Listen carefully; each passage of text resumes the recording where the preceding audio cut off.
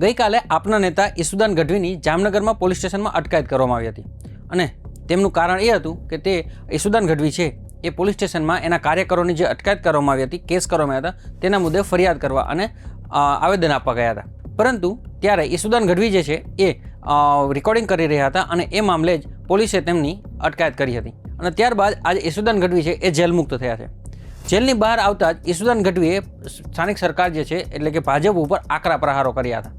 તેમણે કહ્યું કે ભાજપ અમારા અને અમારા કાર્યકર્તાઓથી ડરી ગઈ છે અને એટલા માટે જ અમને પોલીસનો ડર બતાવી રહી છે.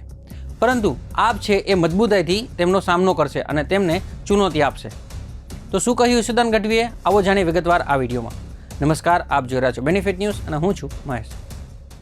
આજે જે રીતે અમારા કાર્યકર્તાઓની અટકાયત કરી હતી એટલે મામલે અમે રજૂઆત કરવા આવ્યા હતા અને પોલીસને એવું લાગ્યું કે ભાઈ આ રજૂઆત યોગ્ય નથી, વિડીયો બનાવો છો, એટલે એમણે અમારી અટકાયત કરી હતી, ધરપકડ કરી હતી.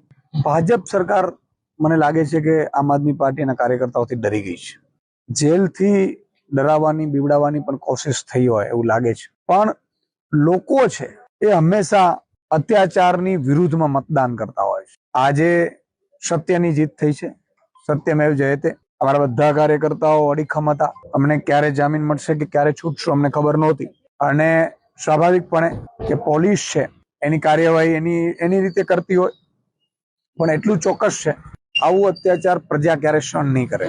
આજે રજૂઆત કરવી એ દરેકનો અધિકાર છે, મૌલિક અધિકાર છે અને એ મૌલિક અધિકારના ભાગરૂપે માની લો કે રજૂઆતમાં એમણે એવું કહ્યું કે ભાઈ વિડીયો નહીં ચાલે, વિડીયો નહીં બનાવવાના, બની શકે એમના પોતાના પોઈન્ટ ઓફ વ્યૂ, પણ એટલું ચોક્કસ છે કે પ્રજા છે એ ભાજપના કામોથી કંટાળી ગઈ છે, ભાજપથી ત્રાહિમામ પોકારી ગઈ છે અને એટલે ભાજપ છે એ પ્રજાની વચ્ચે જઈ નથી શકતી. એટલે એન કેન પ્રકારે કોઈ પણ રીતે એ આમ આદમી પાર્ટીને ડેમેજ કરવાની કોશિશ કરે છે. પણ અમારા બધા કાર્યકર્તાઓ મજબૂત રહ્યા છે. અમને એવું હતું કે ભાઈ મહિનો રાખશે, 1.5 મહિનો રાખશે, 5 દિવસ રાખશે કે કાલે છૂટી જશે.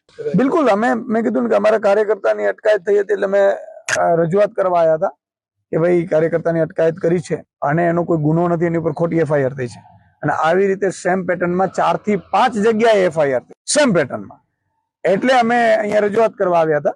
એ અમારો મુદ્દો હતો. પોલીસનો વ્યવહાર કેવો છે તમારી સાથે? જો પોલીસ છે હંમેશા મને એવું લાગે છે કે ચીઠીની ચાકર હોય છે. પોલીસ ઘણી વખત એવું થતું હતું કે ભાઈ જવા દેશું, પછી એમ કે ના તમને પાસે ધરપકડ કરવાની છે, અટકાયત કરવાની છે, અટક કરવાની છે, એની કાર્યવાહી કરતી હોય છે. એનો અમને વાંધો પણ નથી. અમે જેલ કે એના અત્યાચારથી અમે ડરવાના નથી.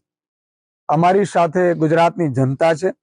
આજે ગુજરાતની જનતા ઈસુદાનભાઈ એક દિવસ જેલમાં ગયો અને મેં પાછળ જોયું છે લગભગ અત્યારે બહાર નીકળ્યા પછી કે લાખોની સંખ્યામાં ગુજરાતની જનતા એકઠી થઈ ગઈ.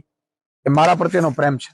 આજે તમે પીસી કરવાના હતા, એ પીસીમાં કોઈ મોટા ખુલાસા કરવાના હતા, એની હિસાબે એવું કઈ થયું છે? આજે હું પીસી એ મામલો કરવાનો હતો કે જે અત્યાર સુધી જે કેસીસ બન્યા છે એની વિગત સાથે હું કરવાનો હતો.